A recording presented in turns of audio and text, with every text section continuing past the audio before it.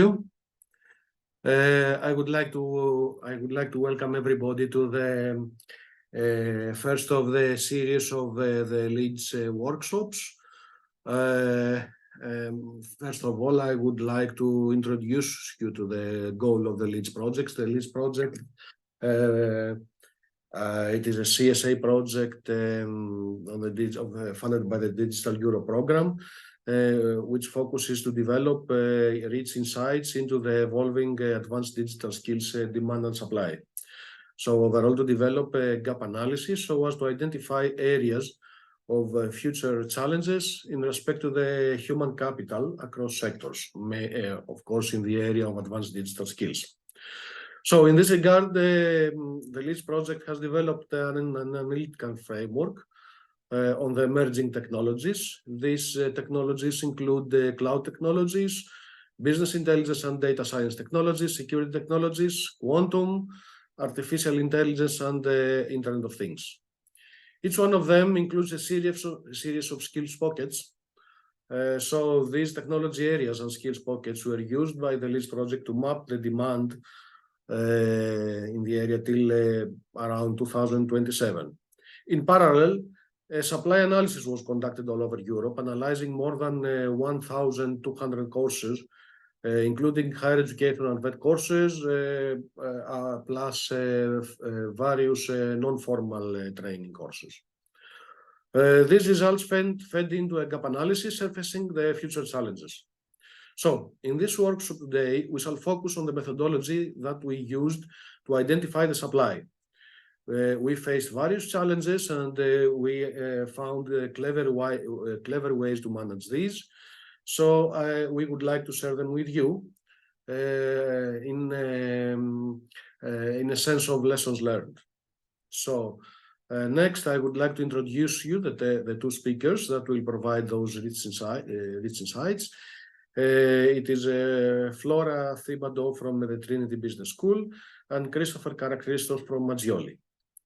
I would like to thank you all for your time, and I would like you to ask you to stay tuned through our website and social media for the next workshops. One last thing, this meeting is recorded and the live streaming is available in the LinkedIn. So, Flora, the floor is yours. Thank you. Thank you, Spiros, for the introduction. And yeah, I'll let Christopher make the wonderful introduction about the method. Okay. Hello. Can you see my screen? Good. Please, can you confirm? Because yes, perfectly. Okay. Yes. So, hi, my name is Christopher Karakristos, and I work as a consultant at Maggioli. Maggioli is a leading Italian company offering a broad range of specific, highly professional solutions in the fields of information technology, professional services, public training, etc. For the next 10 minutes, I will present you a brief introduction to the methodology followed by the partners of the LEADS consortium for the task titled Program Mapping and Course Mapping, with the objective to perform a multidimensional mapping of educational and training of offerings in the European educational landscape. So, the identification, a brief description of the methodology first. The identification of educational and training opportunities in the field of advanced digital skills in the European Union is of great importance in supporting the continued growth and success of the European digital economy. So a key step in this process is for us in the LEADS project is specifying a robust methodology for identifying and reviewing existing educational and training programs in key technological areas and sectors related to advanced digital skills. This ensures consistency, thorough data collection and analysis, transparency, and opportunities for continuous improvement. As such, a methodological approach was developed for identifying ADS courses, Advanced Digital Skills courses, offered by higher educational institutions and VET providers, vocational training providers. So the objective and the outcomes of the task. The objective of the task is to perform an extensive review of existing educational and training programs offered by universities, business schools, vocational institutions, etc., in key technological areas and sectors. And the expected outcomes of these tasks are the development of representative mapping of advanced digital skills opportunities across the educational and training contexts, and the definition of current immediate needs of and upcoming supply gaps on a medium term on a 5-year basis. Our target audience, the main outcome, as we said, of this deliverable is a database of courses comprising both masters and bachelors from European universities, alongside with courses offered by vocational training providers in the field of computer science that have been mapped with the advanced digital skills framework that we identified in another work package of LEADS project. So consequently, this deliverable targets multiple audiences like policymakers within the European Union, educational leaders, local governing bodies with responsibilities in education, and members of the technology industry who are interested in the future of IT in education industry. So the project aims to provide these stakeholders with insights into the gaps between the offer and the demand of a set for a set of identified advanced digital skills, and to help them understand where the European Commission should focus the efforts to develop policies that will support the growth of IT education in the regions, in the different countries. Now I'm going to present you the basic tool that we used for this process. So for this process, we used the ADS framework, Advanced Digital Skills Framework, which was developed in the context of another work package of the project. This framework intends to define technology, skills, and roles within what has been defined as advanced digital skills. The ADS framework, as we can see here, works with a set of 6 technology areas. These are the green ones: the cloud technologies, the business intelligence and data science, and the security technologies, the quantum technologies, the artificial intelligence, and the Internet of Things technologies.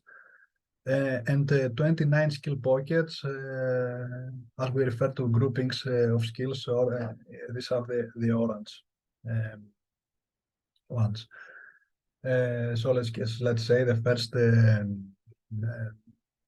technology, the cloud technology, has 4 group skills, let's say.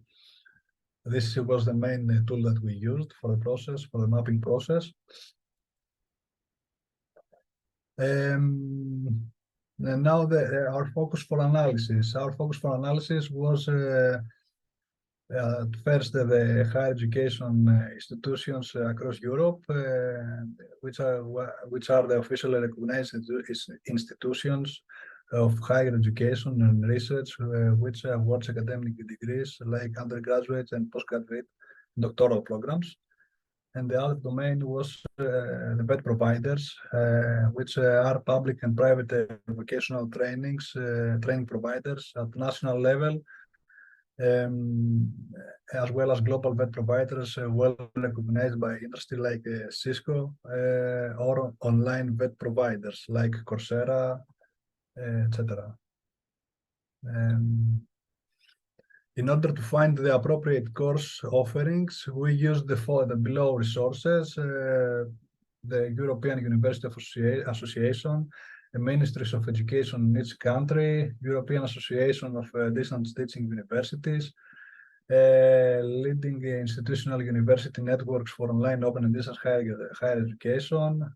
We used as a source our offering is developed in the framework of specialized projects. We searched through the national bodies implementing NQFs, national quality frameworks. Any alliances founded through the Erasmus initiative or other funding initiatives, some certification bodies like Certiport, etc. And finally, Eurostat and OECD.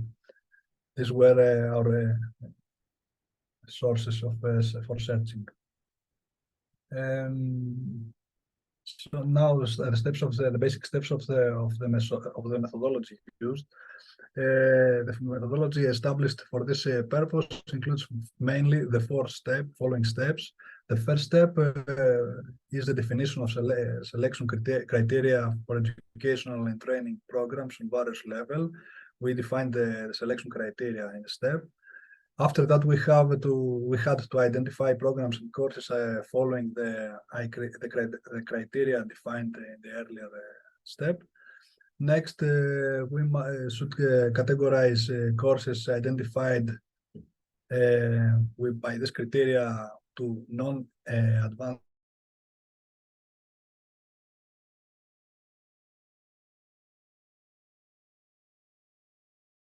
courses.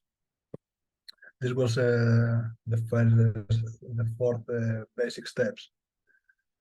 Having the previous algorithm in mind, the partners search amongst the most relevant universities in every country with focus on computer science and engineering schools. Relevance means of an institution means it's considered according to its position to some international university rankings, the relevance of its ICT programs, the number of students studying in it, and other characteristics like international funding, etc. Output of this step was a dataset file with the universities with computer science and engineering schools according to their relevance, as you can see here. After that, each partner had to search the universities selected in the previous step for all computer science degree programs, undergraduate and postgraduate. The university's search includes the following: schools of computer science engineering. Search with we search these schools with high priority in relation to other schools that just offer graduate and postgraduate programs. The search includes also undergraduate, postgraduate, and if applicable, doctoral programs. This is the output of this step was a database with the programs selected from the above resources and all the relative data. Here you can see this step. So from the selected programs, we created a list with the courses, ADS, Advanced Digital Skills, and not ADS courses included in the above programs.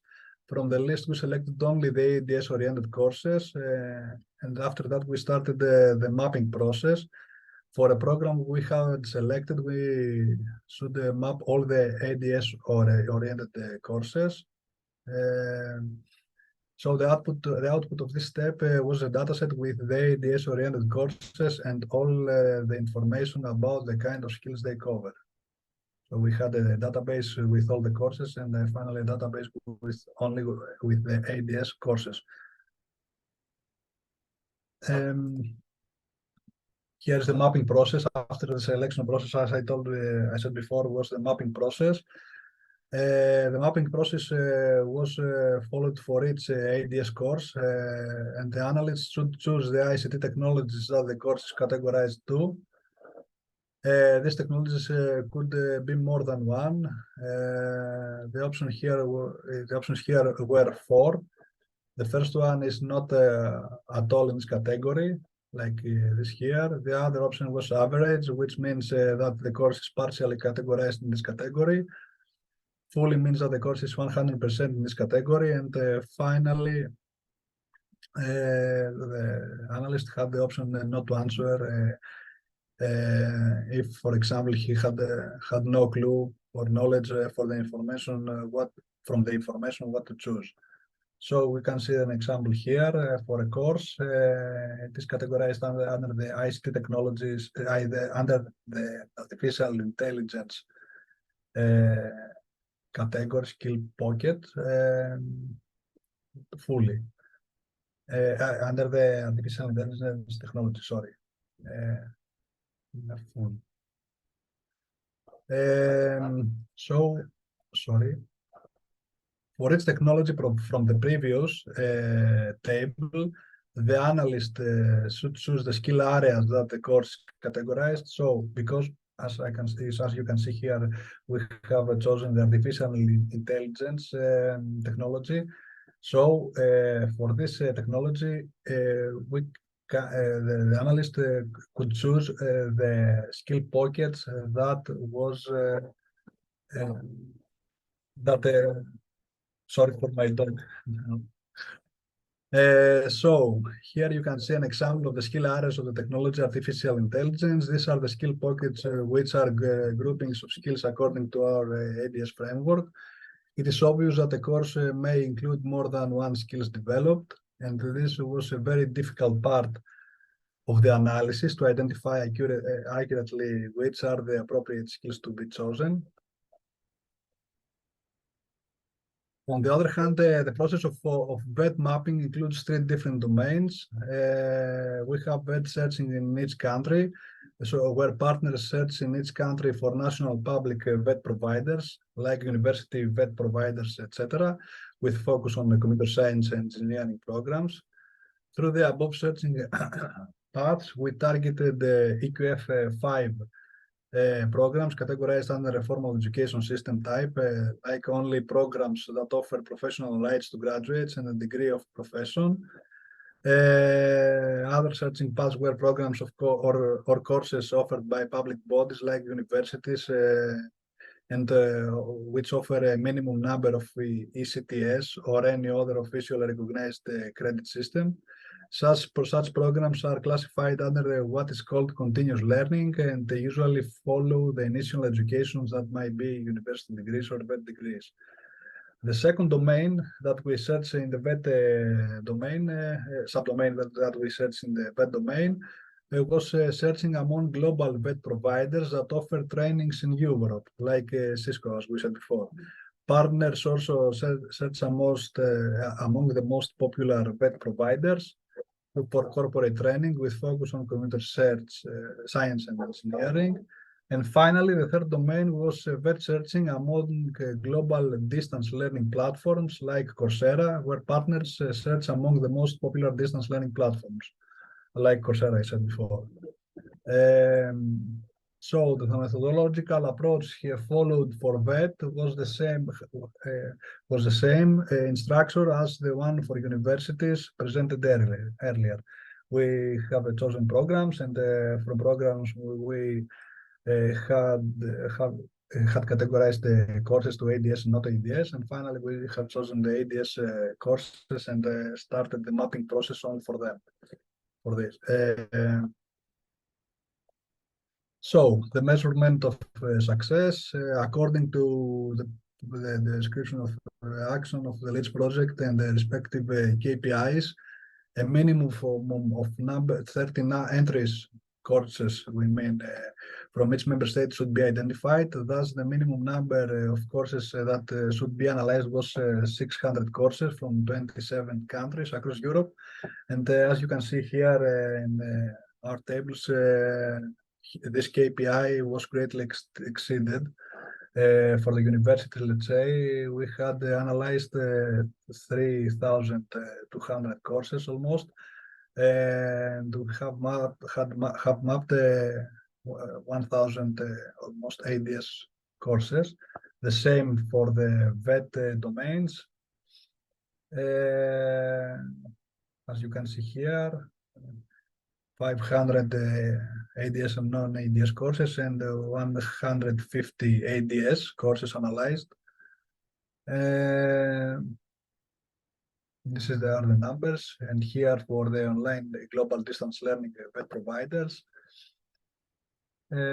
So we have proceeded with I think 1,250 courses, ADS courses mapped finally, which was the double number from the initial. So this was a brief description of our methodology, and thank you for attending my presentation.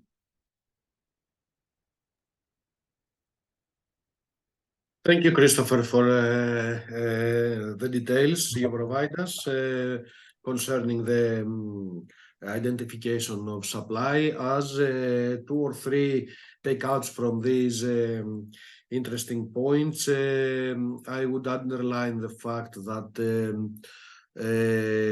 clearly, although the demand side and the trends emerging define clear technology areas and skills pockets, on the supply side, we observe a lag. So we see the fact that some courses belong in parallel, can be categorized in parallel to more than one technology areas or skills pockets. This may originate from the fact that typically the design of courses face a lag in terms of the market progression, as well as the fact that the different technology areas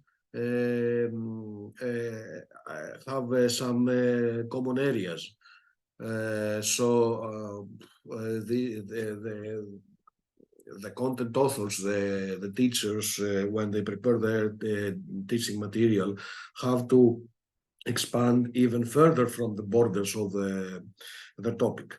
Another interesting takeout has to do with the number of advanced digital skills courses, contrary to the digital skills courses in general. We observe that on average, no matter if we speak about higher education or vocational education, the number of advanced digital skills courses in a curriculum is around 30% or so. But projections say that this gradually will increase the following years. And one last thing, given the fact that this survey, this work was pan-European, we faced some problems in identifying information, in some cases on the country level, as there were information sites, courses, websites that were in the local language. So in some cases, the researchers face the problem of translating the content and the learning outcomes and objectives associated with each course in English, so as to categorize them. After these short takeouts, I would like to ask Flora from the Trinity Business School to continue. Yes, thank you, Spiros, and thank you, Christopher, for the introduction. So my name is Flora Thibodeau, and I will talk a bit about the challenges that I faced while mapping the supply as a research assistant. So can we go to the next slide? And then, okay, for me, the challenges can be split into 3 pillars. The first pillar is the common challenges, the country-specific challenges, and the methodology-related challenges. So now let's dive into the common challenges. So when I first started the mapping supply, I noticed that there was a lack of detailed information regarding the learning outcomes in different universities in different countries. So the learning outcomes, so if the learning outcomes are not provided, obviously it is impossible to know what skills the programs will produce. And secondly, language barrier. So even if the information is provided, you will still hit a language barrier at some point down the line. And often the native language version of the website is different from the translated English version. And this is more the case for Eastern European countries in my experience. So there might be a lot of information available in the native language, but when you click the button on the top right corner of the web page, for the English version, there is not a lot of information, translated in English for the European citizens. So in order to obtain these course details, you have to translate many pages of the program content with Google Translate. And we all know how reliable Google Translate is. But so it is not an impossible task, but it is a barrier and a challenge. Secondly, I'd like to talk about some ADS and country-specific challenge. So I noticed that there was also a lack of universal program design for the same course. So the content of the course, it varies depending on which country you are assessing, as each European country has its own technology focus. So it is difficult to pinpoint with exactitude the learning outcomes of the same course in different countries. So for example, let's say Germany is famous for data analytics, thanks to their emphasis on innovation in the automobile industry. So we can assume that because they are more exposed to that particular technology area, they have a higher supply of teaching resources. So their bachelor's and master's programs could be slightly more advanced than those of other countries whose focus might be on artificial intelligence or cloud technologies. So basically, courses with the same name, but in different countries, they will have slightly different emphasis and will be designed in slightly different ways. Therefore, it is impossible to say that the courses will always cover the same content, the same things. Now, this is an ADS specific and also a country specific issue, but it is also an institution specific challenge. There can sometimes be a gap between the course content of different education institutions in the same country due to the different resources that they have. And now lastly, the methodology related challenge. So this methodological issue, it relates to the team gathered to map the supply. So it is not as easy as matching the course information with the predefined list of skills that Christopher kindly showed us earlier. But sometimes when you go in detail into the course content, the language of the module uses language that is slightly different to what the framework the researcher is used to. Most of the time, the course descriptions, it contain professional, technical terms or jargons that not everyone can understand. So someone with an artificial intelligence or quantum computing background, they will be able to see how those different words will effectively mean different skills. But somebody without that background won't be able to detect that, and they might dismiss it entirely due to the lack of knowledge in the technology area. And so we would end up with inconsistent mapping results. So for me, all of these challenges create a roadblock to the process of supply mapping. And sometimes the challenges, they are common and they are present in different disciplines such as arts, history, literature. But other times, these challenges, they are unique to advanced digital skills.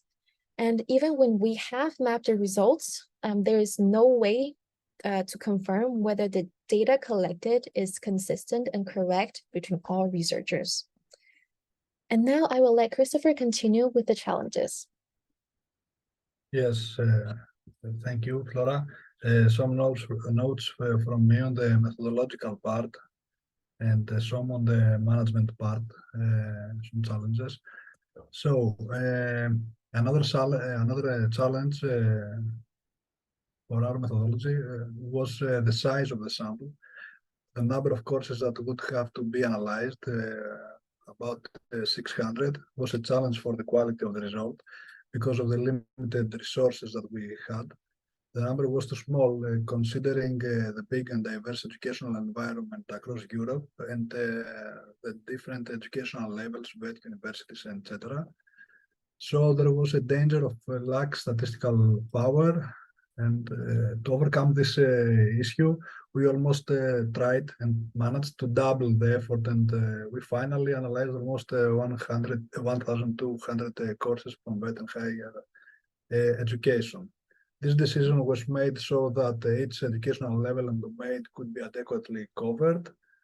And to this end, we must mention that except of the final analysis of the selected courses, a previous step, as I said before in my previous presentation, of recording and keeping details of almost 4,000 courses from higher education from different domains of VET was made.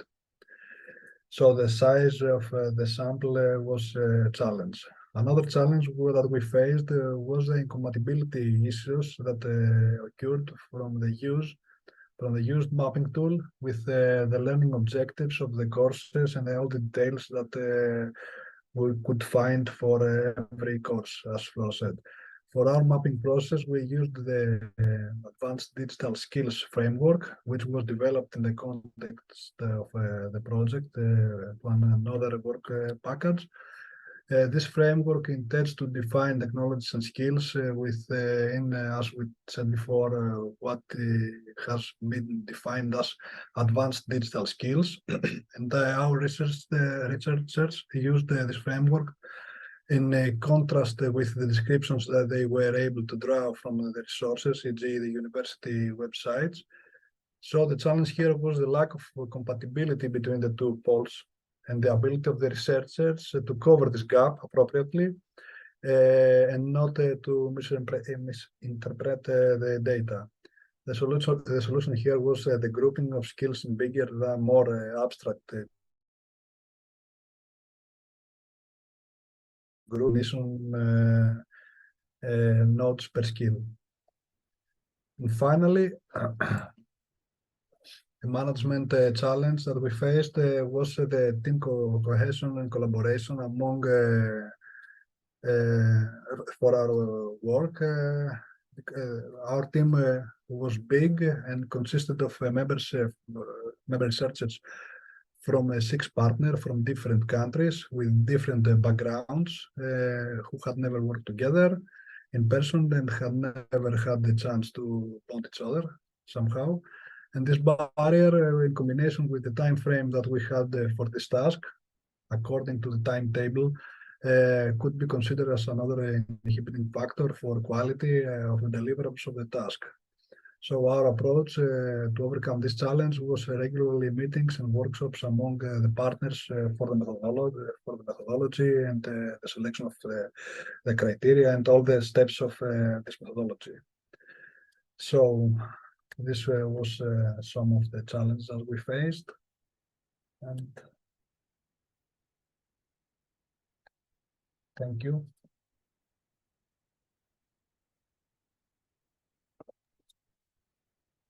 Okay, thank you very much, both Flora and Christopher, for valuable input you provided us from the use of this methodology to identify the supply of advanced digital skills training on various levels of formal and non-formal learning. Some highlights from what we heard in this session include that there is obviously a gap between how the information is presented from the supply side and how the information is requested from the demand side of advanced digital skills from the market. So in various cases, we saw that the university and the VET providers did not provide clear learning outcomes in the courses websites, or were available only in the local language. So creating a series of problems to the researchers to understand completely and categorize those courses. As we see here, there was an issue with the team, the skill set of the team of the researchers. So we speak about totally different technologies, these technology areas. So of course, one person cannot have this knowledge to understand what is written in a web page of the course. So the solution here, and this is what we followed eventually, was to engage a team of advanced digital skills of technology areas, actually experts with diverse backgrounds, so as to maximize the understanding and following that to improve the quality of the categorization of courses. Additionally, what we see here is the potential incompatibility of the mapping tool we created and used and the course's outcomes. This actually proves once more that there is a gap in the thinking, in the logic followed for the advanced digital skills and technology areas between supply and demand. Accompanied also with the fact that we discussed beforehand about multiplexing between technology areas and skills pockets. But eventually, the big sample we managed to use and categorize, we think that supervene these issues. And to be honest, as we shall see in the workshop of the gap analysis, there were some very clear findings supporting us to overcome all these potential misconceptions and limitations. Overall, these are the key highlights I would like to underline closing this session of presentations. And now I think that it is time to go to a few questions. There is a functionality in the Zoom entitled Q&A, so you could write over there your questions, and we would be happy to discuss them.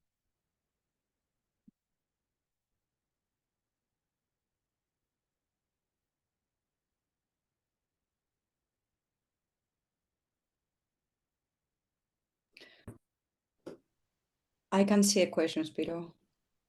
Yes, actually, it is not a question, I think. Oh, yeah, it is a question. Well, Julie Burns thanks us and mentions that some of these challenges apply across various disciplinary areas and are relevant to various projects and research looking to map how to map those skills supply in Europe. So Julie asked us if we have any advice, for example, for researchers or project managers in planning and carrying out this kind of skills mapping. I have one suggestion. And yes, I think the most important thing that for anyone to do before the skill mapping is education. We have all mentioned that each researcher has different backgrounds and not everyone can understand the skills that we are going to map.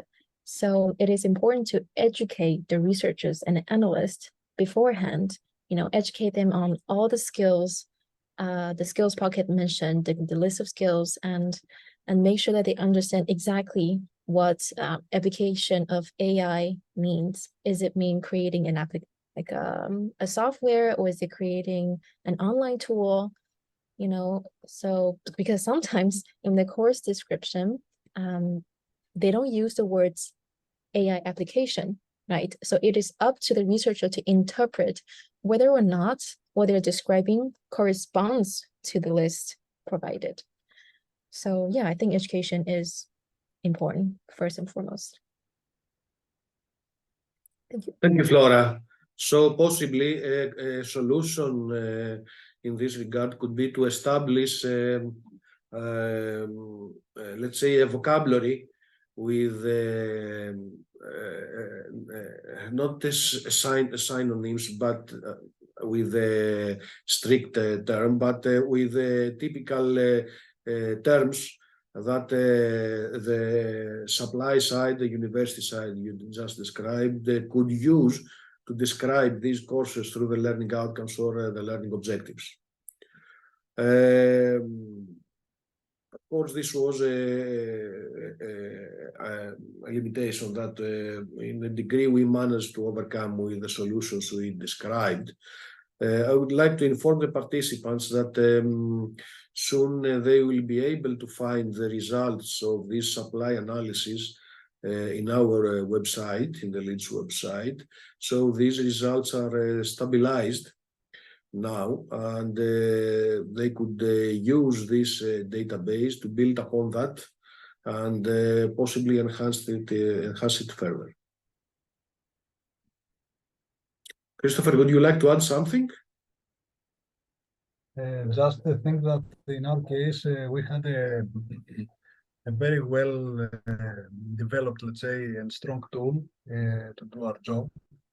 It was the ADS framework and the definitions that it provides, which was very helpful in order to do this mapping. This is really important, the tools that you have to use, that you have in position to use. Thank you, Christopher. Are there any additional questions? Please feel free to ask. We are here to share our lessons learned.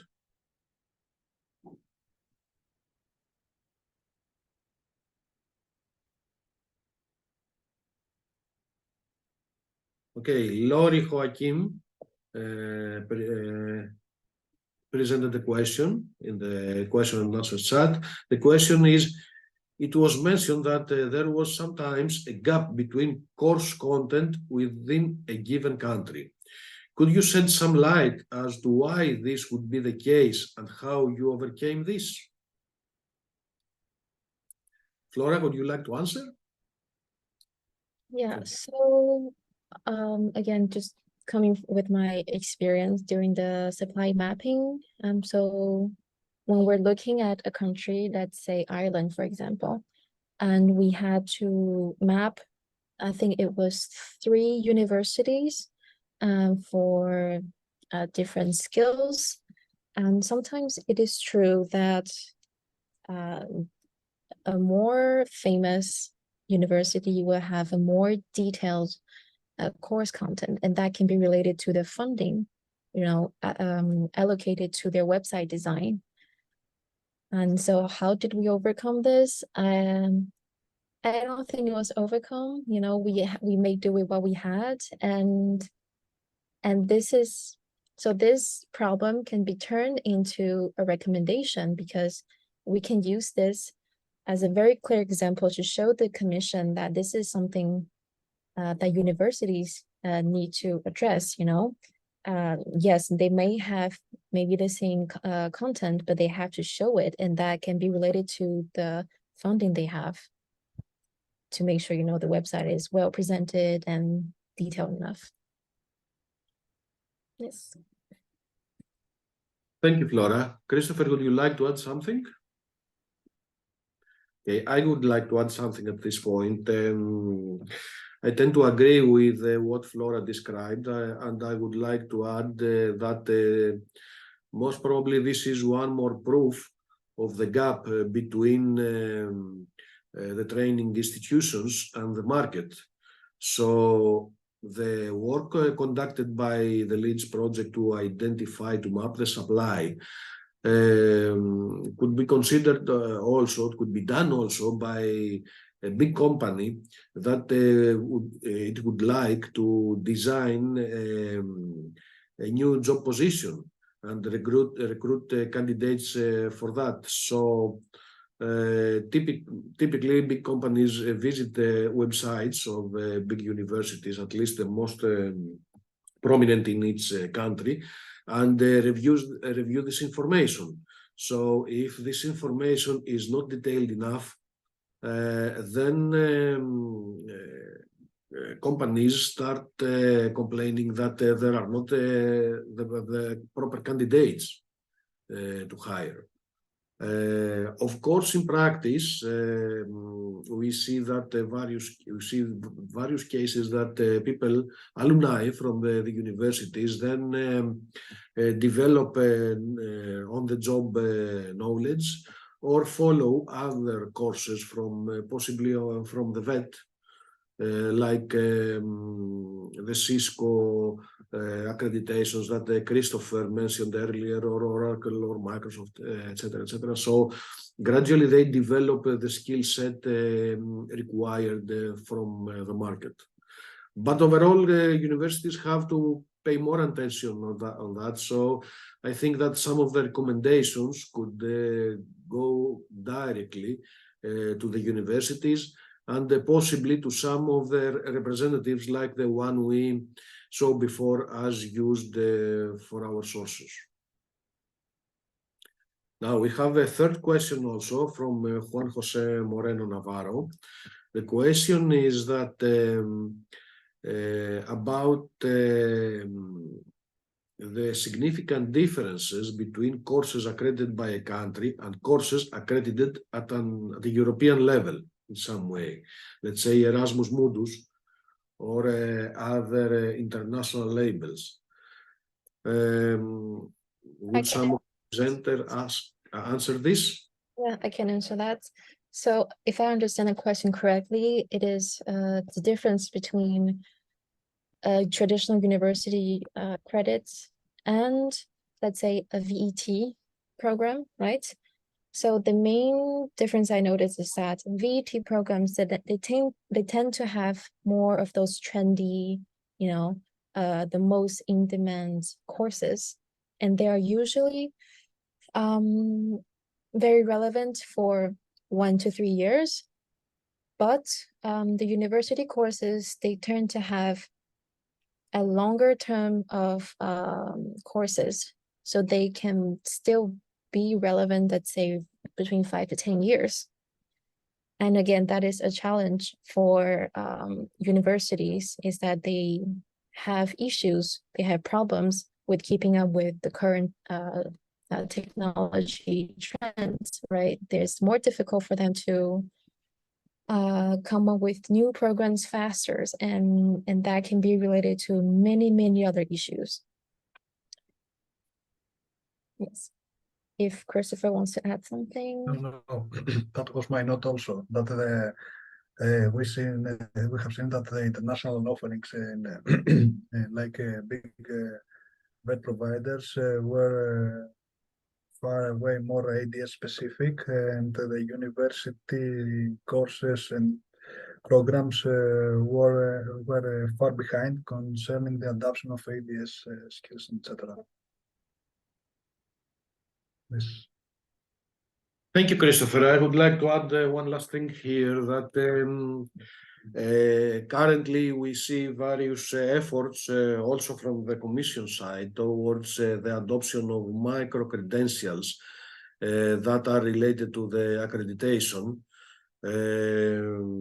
Of course, universities have not progressed so much so far, contrary to the VET providers, but we would like to invite you all in the next LEADS seminar that will be conducted in the 23rd of November, where we shall speak about the micro-credentials and how universities, especially European universities, intend to exploit these valuable tools. You can find more information on the registration link to the LEADS website, and we shall be happy to see you over there. We shall have presenters from the network of the universities, the market, and the public sector.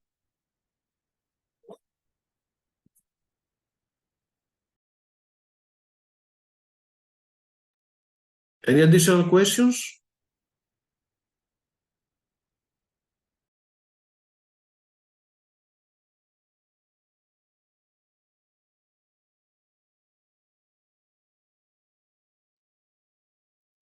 So, if there are no additional questions, I would like to thank all of you for your participation and your patience. We hope that we managed to share with you successfully the rich insights and the lessons learned we developed through our through this extensive effort. And we will be happy to see you in our next seminar on the 23rd of November on micro-credentials. For additional seminars, please stay tuned to our website and social media. Thank you for your time and have a nice afternoon all. Bye-bye.